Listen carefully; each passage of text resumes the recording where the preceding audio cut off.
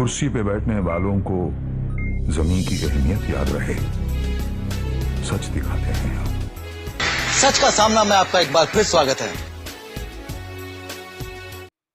कल पार्लियामेंट में joint parliamentary committee की जो रिपोर्ट थी उसको बिल की शक्ल में पास किया गया।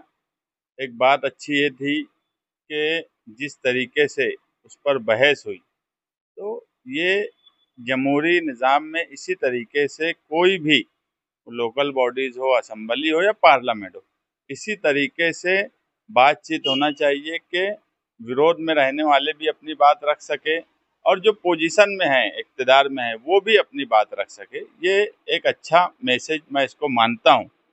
बिल के ताल्लुक से हम अव्वल दिन से ये बात बोल रहे हैं कि वक्फ का जो बिल है, जिसको इन्होंने अब नाम बदल के शॉर्ट नाम उसका उम्मीद रखा है, और जिन लोगों के लिए उम्मीद होना चाहिए मुसलमानों के लिए, उनको ही उस बिल से कोई उम्मीद नहीं है।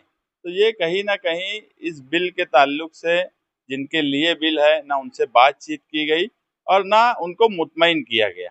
और हम ये मानते हैं कि कहीं ना कहीं इस बिल की वजह से मुसलमानों की करोड़ों की, अरबों की प्रॉपर्टी पर सरकार की नज़र है और उसका गलत इस्तेमाल होने वाला है। कल पूरे मुल्क ने देखा कि पार्लियामेंट में जब बहस हो रही थी, तो जो लोग बोल रहे थे उसमें जो बड़े लीडरान थे, उसमें समाजवादी के अखिलेश यादव थे, उनकी पार्टी से इकरा हसन, मुहिबुल्लाह, बर्क, ये कई लोगों ने बोला। मगर अखिलेश यादव का बोलना, इकरा हसन का बोलना, मुहिबुल्लाह का बोलना, मगर अखिलेश यादव का बोलना, यही सेकुलर मुल्क में मुसलमानों के लिए किसी गैर मुस्लिम का, बड़े लीडर का बोलना, यादव का, ये हमें मुतमईन करता है कि इस मुल्क में हमारे लिए बोलने वाले आज भी सिर्फ मुसलमान नहीं, दूसरी कौम के लोग हैं। मगर इसी के साथ अफसोस इस बात का भी हुआ कि मुल्क में सबसे बड़ी अपोजिशन पार्टी के लीडर, जो 10 साल से अपोजिशन में नहीं थे, मुसलमानों की वजह से इस मर्तबा उनको अपोजिशन का पद मिला। मुसलमानों ने वन साइड वोट दी। मालेगांव जैसे शहर में उनको 2 लाख वोट मिली कांग्रेस पार्टी को, मगर ना ही यहाँ के मेंबर ऑफ पार्लियामेंट ने कल की बहस में कोई बात बोली और ना अपोजिशन लीडर की हैसियत से राहुल गांधी जी ने अपनी कोई बात बोली, ना प्रियंका गांधी जी ने कोई बात बोली। अब राज्यसभा में सोनिया गांधी जी है, हम देखते हैं कि वो भी राज्यसभा में इस बिल की मुखालफत करती हैं कि नहीं करती हैं। मुखालफत होना एक बात है, लेकिन दिखना चाहिए, बोलना चाहिए।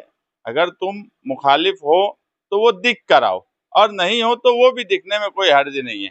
बीजेपी, मैं जैसे बोला कि मुझे कल की कार्रवाई से इस बात की खुशी हुई कि ये जमहूरी मुल्क है, लेकिन इस बात का दुख हुआ कि एक अपोजिशन लीडर ने अपनी बात पार्लियामेंट में नहीं रखी।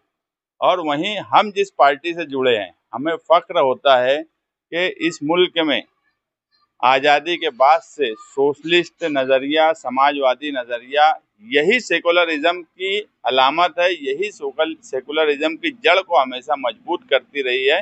इस मुल्क में जब तक सोशलिस्ट, जनता पार्टी के लोग, समाजवादी विचारधारा, कम्युनिस्ट, ये जब तक हैं, उस वक्त तक हम मुतमईन हैं और मुसलमानों को मुतमईन रहना चाहिए। बिल के पास होने के बाद भी कि पार्लियामेंट में कल टीएमसी के लोग उनके ताल्लुक से बोले, समाजवादी के बोले, अकाली दल के बोले, ये कहीं ना कहीं एक अच्छा मैसेज दुनिया में गया कि मुसलमानों के लिए सिर्फ मुसलमान नहीं बोल रहा है, दूसरी कौम के लोग भी बोल रहे हैं, और यही सेकुलरिज्म है। अब माइनॉरिटी डिफेंस कमेटी का क्या ये होगा, बिल तो पास हो जाएगा? माइनॉरिटी डिफेंस कमेटी 2 मुद्दे लेकर बनाई गई कमेटी है, जिसमें एक जो मामला एसआईटी का चल रहा है वो, दूसरा वक्फ बोर्ड के ताल्लुक से। वक्फ बोर्ड के ताल्लुक से हम बहुत कुछ नहीं कर सकते थे, लेकिन जब वक्फ बोर्ड का सवाल आया, ज्वाइंट पार्लियामेंट्री बोर्ड की कमेटी की रिपोर्ट आई, तो हमने तमाम ही पार्टियों को मेल किया जो सेकुलर पार्टियां थीं। आज जो एनडीए के साथ हैं, बीजेपी के साथ है, वो नीतीश कुमार की हो, चंद्रबाबू नायडू की हो, पासवान की हो, यहाँ तक कि जनता दल सेकुलर जो कर्नाटक में है, जो अपने आप को सेकुलर और मुसलमानों का पार्टियां अपने आप को मानी, जो मुसलमानों की वोट लेती थी, उन सबको हमने मेल किया। अगर ये सारी पार्टियां सेकुलर होती या सेकुलरिज्म पे ही कायम रहती तो ये बिल पास नहीं होता। लेकिन बिल पास हुआ, मुस्लिम पर्सनल लॉ का जो जो ऐलान था हम उसके साथ भी उनको भी मेल किए। अब आगे जो है बिल पास हो चुका है। अब माइनॉरिटी डिफेंस कमेटी बैठ के बातचीत करेंगी कि जमहूरी तरीके से उसका विरोध किस तरह किया जाए। यह बिल जब आएगा, अभी राज्यसभा में आएगा, फिर राष्ट्रपति जब बिल पर साइन कर देंगे और बिल पूरा बन के ड्राफ्ट आ जाएगा तो उस वक्त हम उसको पढ़ेंगे, समझेंगे और मुसलमानों की एक्ट बनने के बाद किस तरीके से मदद हो या उनको कम से कम तकलीफ कैसे हो, ये कोशिश करेंगे। उसके लिए अगर हमको कानूनी रास्ता बताना पड़ा वक्फ के ताल्लुक से, वक्फ क्या है? वक्फ एक मुसलमान का अपनी प्रॉपर्टी अवामी खिदमत के लिए वक्फ कर देना है। तो उसमें अब आगे कैसे आसानी होंगी, क्योंकि वक्फ सिर्फ मुसलमान ही करेगा, मगर अब जो बोर्ड में है वो गैर मुस्लिम भी रहेंगे। ये भी एक अजूबा ही है कि वक्फ करने वाली जो ओनर है, जो जिनकी मिल्कियत है, वो मुस्लिम रहेंगे, मगर उनके फैसले करने वाले बोर्ड में गैर मुस्लिम भी शामिल कर दिए गए। इन सब की जब तक बिल नहीं आ जाता, बिल किस तरीके से आएगा, क्या क्या उसमें लिखा है, देखो बात बोलना बहुत सी होती। बीजेपी बार बार बोलती है कि वक्फ का जो बिल है वो इस तरीके का है कि किसी की भी प्रॉपर्टी, सरकारी मिल्कियत, किसी की भी प्रॉपर्टी पे वक्फ अपना दावा कर देता।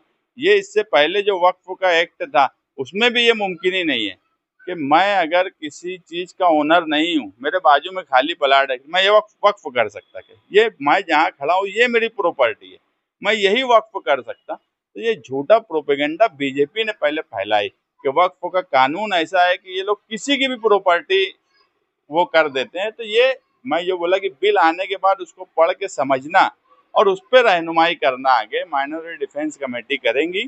और अगर उसमें कोई जमहूरी तरीके से या कानूनी कोई बात समझी जो संविधान से मुंसलिक है, क्योंकि ये अक्सरियत से अमेंडमेंट किया गया है, अगर उसमें कोई नई बात समझी बिल के आने के बाद तो हम उस पर भी कोशिश करेंगे। मगर आज मुसलमानों को रहनुमाई की ज़रूरत है और जो गलत प्रोपेगेंडा किया जाता उसको कहीं ना कहीं काउंटर करने की ज़रूरत है कि कोई भी प्रॉपर्टी मुसलमान किसी को भी दे देता, सरकारी ज़मीन उठा के दे देता, कोई मुमकिन ही नहीं है। ये ना कोई कायदे से मुमकिन है, ना कोई कानून से मुमकिन है।